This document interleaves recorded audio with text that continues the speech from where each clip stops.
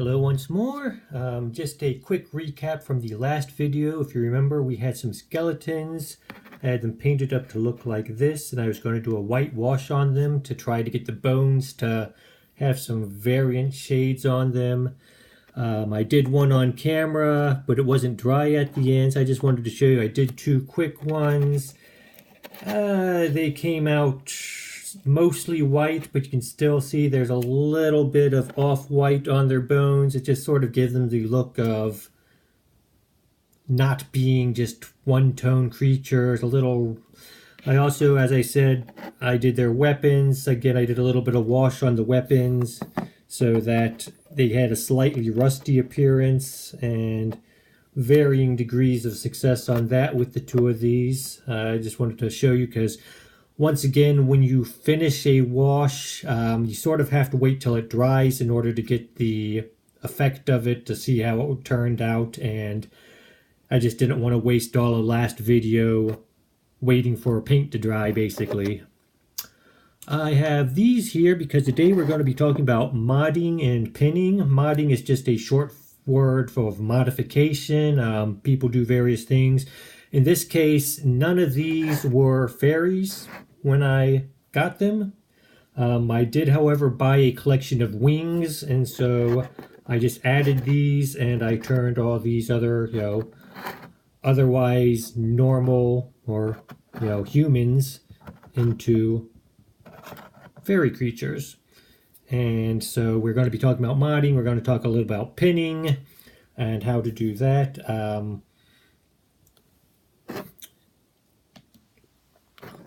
Another thing I did, we have this little flying creature, and he had no base on him. And so all I did was I took a paper clip, sort of twisted it up, put it on the base, put a little putty around it so it doesn't look like just a paper clip, and I pinned him to it. So basically I have a flying creature now instead of something that's just lying on the ground when I want to use it. So that's a simple explanation of how pinning can be used. We're going to get into a little more detail on pinning. Other modifications, I don't normally modify characters. One thing, I wanted a fiddler for something, so I took this guy.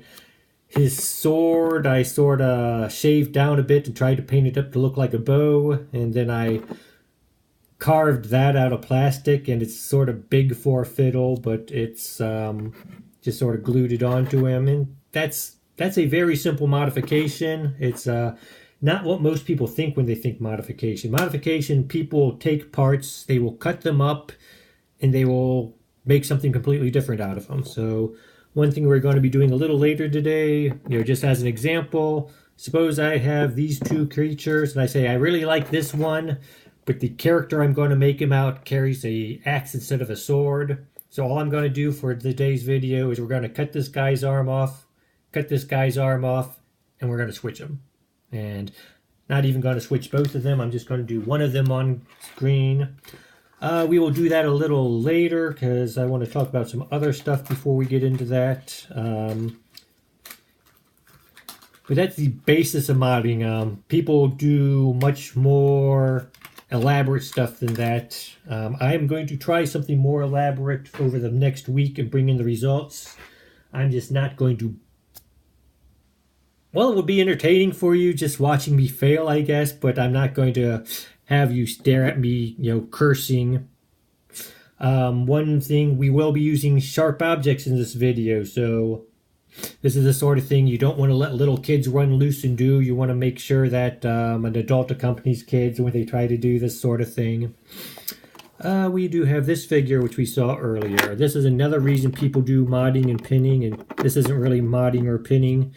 But basically, the way they had it, she's supposed to be holding her spear in two hands.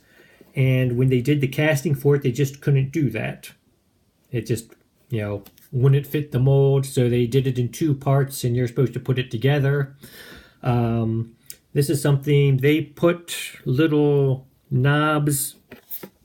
Like there's a little indentation here and a little knob on that arm. Then there's a little where's that? There's a little knob here on this arm. There's an indentation on their shoulder, and that's supposed to help you hold it in place when you put it together. Unfortunately, when they do these, sometimes they make those little knobs and little holes not quite as big as you'd like them to be. So this is another one I'm going to do off camera because I want to use the figure for a future video. But what you might have to do is you might have to do some pinning work in order to get this on. And all pinning is suppose you have, two pieces you want to put together. And so what you do is you take your super glue and you put a little super glue on, you stick them together. And that will hold very well for forces parallel to the parts. But super glue, shearing forces, anything against that can tear it apart easily. You might remember the old super glue commercials. They had the workman and put glue on his helmet and had him hanging from an I-beam. And sure, he could hang because gravity was only pulling him like this. If someone had come along and gave him a whack on the side of the head, it might have come loose. So for pinning, what you're going to do, or what we're going to do, is we take a small drill and we just drill a little hole into our two parts. We put a pin of some sort in here, a peg, and we glue them together. That way we have extra glue holding it in different correct directions. We have this pin holding them together, so shearing forces are less likely to knock it apart. This can be, like I said in the past, I don't like pinning that much because it's hard to do in some cases. You have to make sure you get your holes in the right place because you don't want otherwise, we don't want this piece to be up a little because the hole's drilled in the wrong place. It's also hard because, like in cases like this, the parts here we'd be pinning or trying to drill into are almost the same size as the drill bit. I mean, this is your typical, what is your tip? This is actually a bit big for what most people would be using, but it's the size of her arm. They do make smaller drill bits. They're more tricky to use, a little more delicate. I bought one pinning kit where this was about the size of the pins that came with it. And as you can see, that's good. That would work great for these guys because that's smaller than his arm, obviously. But for these, not so good. Another problem with pinning is, it works better if you can get some depth in on it. And here, so if I was trying to pin,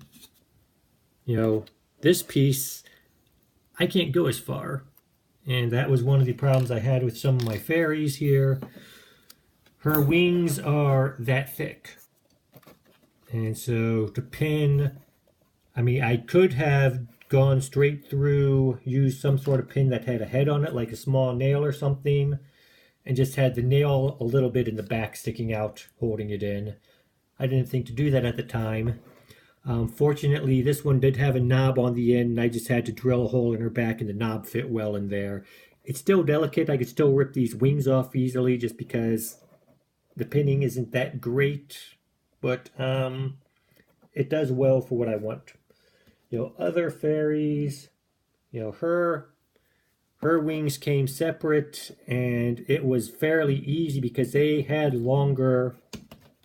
These wings protruded down longer, so it was easier for me to just drill in deeper into her body and just fit the wings in. The more space you have to work, the easier pinning is. And one of the reasons I don't like pinning that much is because a lot of times when you would need to use it, you don't have a lot of space. One more thing on modding before we get into pinning. You can also, they sell different weapons. So I can buy these and I can just glue them on and as I would. So you don't, modding, you aren't necessarily stuck with the piece you are working on, but, okay. So, got her I'm going to try to pin later. So basically pinning, you're going to want a pinning drill. I got a few. And that's another problem with pinning is how cheap is your drill? I've got some which are cheap, which just don't work well at all. I've got others more expensive, which do work better, but as often as I use them, was it worth the cost? Basically, you're going to want to make sure you get a drill bit which is a little larger than your pin. For today's lesson, I'm just going to use an unbit paper clip, using one of the thicker paper clips. This fits in the pin. You twist, tighten it, and you got to be careful. You make sure that it is tight, otherwise you're going to be turning the drill and the bit's not going to be turning, which is one of the things with. There we go. So that's in there tight. And then when you use it, you're just gonna put it up to the surface you want and start turning. And this is something, basically it's designed, you can sort of cradle it so you're sort of holding it in the rear, and you can twist the rest of it while holding it still. And this is not the one I'm going to be using. I put the bit in, the drill that I'm going to be using today, and I made sure, here it is, this is the size, a little bit the same size of our paper clip, a little bigger, just so that we have some room to work with, and your glue's going to be in the hole to fill in the gaps. And okay, so hopefully I prepped well. So first things we got to do, like I said, we're going to be using sharp objects today. We want to make sure we get our pieces off. So we're going to take a razor blade of some sort. Nice flat cut works best. Again, we want to make sure before we do this that our creatures, the parts we're using are about the same size, because, trying to do, her arm on his body would just look ridiculous because her arm's so much thinner. But these guys, their arms about the same. It's gonna look, this arm's a little bigger than that arm, so it's just gonna look a little comical at the end, maybe a little off. But unfortunately, with some of this, you only work with the parts you have available. Like I said, sharp objects come into play here. We want a nice clean cut. So I take a razor blade of some sort, because that works best. And again, parents, assistants, if little kids are working on this. That works fairly well. And we take him and remove his arm. This one's a little tighter fit because of the shape of the piece, so I'm not sure if I can get the blade in there as well as I would like to. And we cut his arm off. And just to check, so I'd be putting this arm on him, and it's not a bad fit. Then when I'm done, I would be putting this arm on him, and it's not as good a fit, but it'll work. So you would want to take a pin of some sort and just sort of mark the approximate center of these, just so we can start drilling them.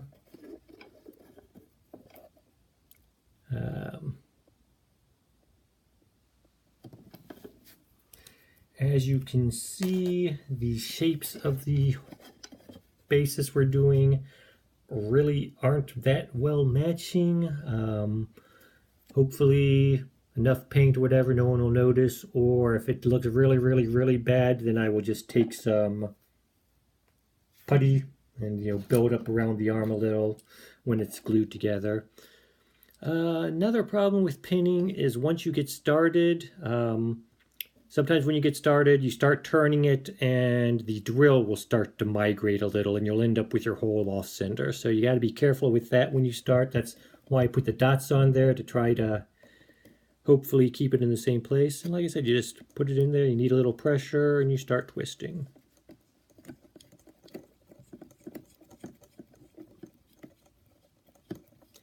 And as you do this, you will be able to, especially with these resin pieces, okay, that's, like I said, that's sliding more, although there is a little indentation I can see.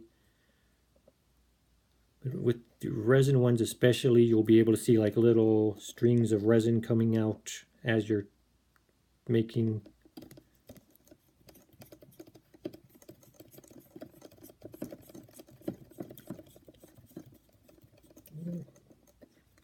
So you'll be able to see if you're making progress. Another problem with pinning at times is sometimes you'll get so deep and then the blade or the bit will just want to stop turning. And you can be turning and turning and turning and the bit will be standing still and just sliding free. You know, that's one of the reasons you want to make sure that it's in tight, but you know, it can loosen up, it can, bad things can happen. This is also a point where I might take just a circular file at times and just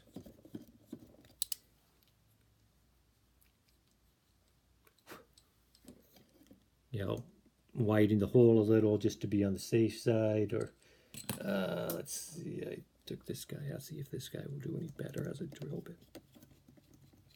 There we go. This guy's sort of, once I got the hole started, this guy will go in real nice.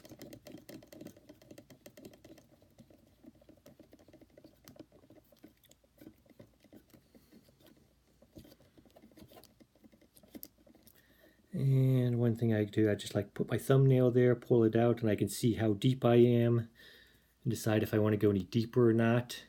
And again, how deep you want to go is going to depend on the size of the piece. Like this, you know, I can go about that deep without making the part, you know. That's why I chose these pieces for this video, is I can do a good deep one, good deep drilling, and have it come out looking good.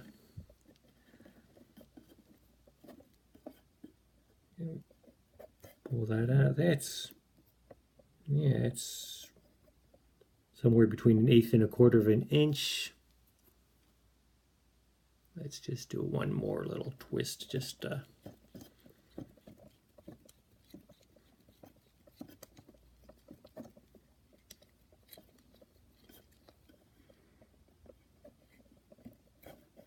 it's good. And you can see I managed to stay on where I put the dot, but I think I slid a little bit. The dot was a little more there. And then we just want a hole on the other part. Let's see. So yeah, just putting those together, I can tell my dot moved up a little bit. So I'm going to try to start this one a little above where the dot was. Being the main body, this guy's a little thicker, so I could go deeper if I wanted to. Let's use this drill and see if I can't start again. Or better yet, I'm going to take my nail. I'm just going to put my nail there. Sometimes if you're having trouble getting the drill to work, it works just to take a nail, something sharp, push pin, nail, something. Just get a dimple started and just put some pressure on. Something for the drill bit to rest in. That way it's not allowing to slip around on the surface as much. That's still not a guarantee that it won't slip around on the surface, but it helps. And another thing is just when you start, just start a little slow. That way you're less likely to slip the bit around.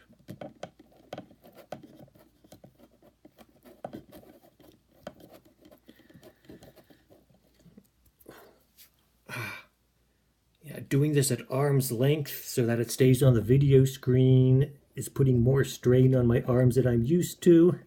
So I'm getting a little tired of doing this. And normally, again, I would normally hold this closer to myself when I did this, and it would put less strain on my arms, but c'est la vie. Sort of stop and clean your drill bit out, get the plastic resin residue out of it.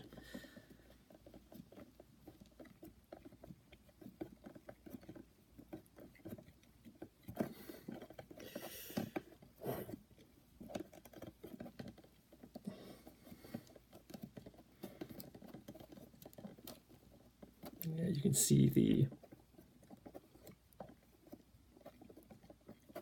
Okay.